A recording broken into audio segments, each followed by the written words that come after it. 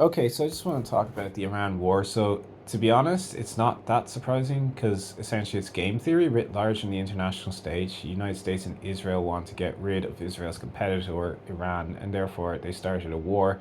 They tried to um, incite a kind of revolution there back in January, and the regime was too powerful to be overthrown. So now they're going in. They've gone in for the decapitation strike on Khamenei. Khamenei, I can't pronounce his name. Shame on me.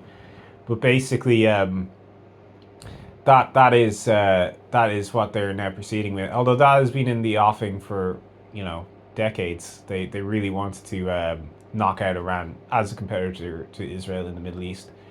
So it is a geopolitical disaster. It is causing chaos in the Middle East, as you can already see. Um, and it's certainly provoking a kind of international conflict with, say, China and Russia. But they're not going to do anything, as far as I can see, because Russia's too embroiled with the Ukraine war, and China are too smart, to be quite frank, to take the bait at this point, or it's just not advantageous to them to do that at the moment. But that being said, I think they will. They'll probably support the Iranian regime through back end channels, and it'll just become another proxy war. But I do think it does. It deteriorates the global international situation, and definitely sets the stage for a third world war. And also economically, the Strait of Hormuz is being closed, so you're going to get inflation on oil prices, and therefore fuel, electricity costs are going to go way up, even more than they already have. So I can just see, and it probably has knock-on effects on food production, etc. Again, prices go up. I don't know. I'm not a genius. I know practically nothing. So I'm just talking off the top of my head, to be honest. If it comes to pass, then hey, I was right. You know what I mean? Or it could be totally wrong, because I'm not a particularly bright individual, but I'm just saying from my point of view, like, this is what I could see happening. I don't think it was a war that needed to be fought. I think there was better solutions to this, obviously, and it's fundamentally destabilized the Middle East now in a big way, and huge risk of spillover. So I think that leads me on to my conclusion here, which is that people are worried about a nuclear war, and it's like, yeah, me too. I don't want to die in a famine, or from radiation poisoning, or from below sub-zero temperatures because of the nuclear winter. I don't want to go out like that. But at the same time, um, everyone dies, right? And the universe is built to kill off species, extinction level events. And this is just another iteration of that, because the universe is fundamentally focused on death.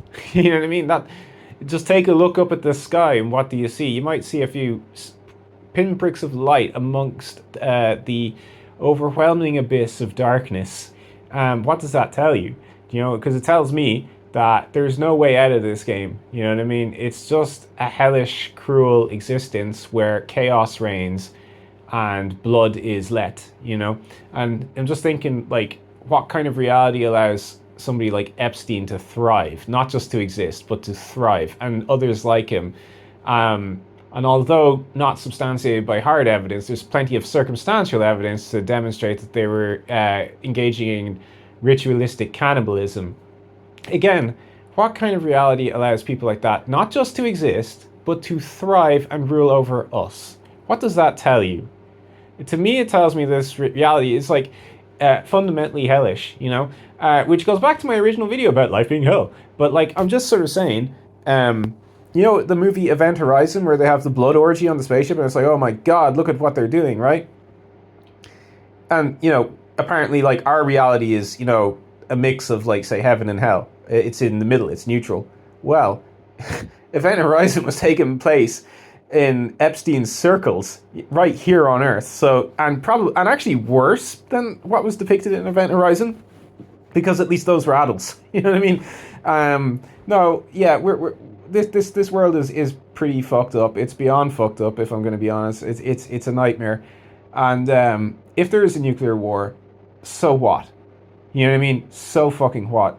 From that point of view, What has humanity contributed? It's only acted on the precedents of nature. It's caused the extinction of many other species of animal who I'm sure weren't too happy about it. But that doesn't matter because we're humans and we view things from our point of view, right? So, from another species point of view, if we go extinct because of a nuclear war, it doesn't matter. It really doesn't. Or if, we are brought to the brink of extinction or civilization collapses, none of it fucking matters. If you, as I said, the abyss is what surrounds us. Nothing can thrive in a state of non-existence like this that is constantly attacking the very reality of existence itself, and which is winning because we are enveloped by it. We are enveloped by entropy. There's really no point to this struggle to survive.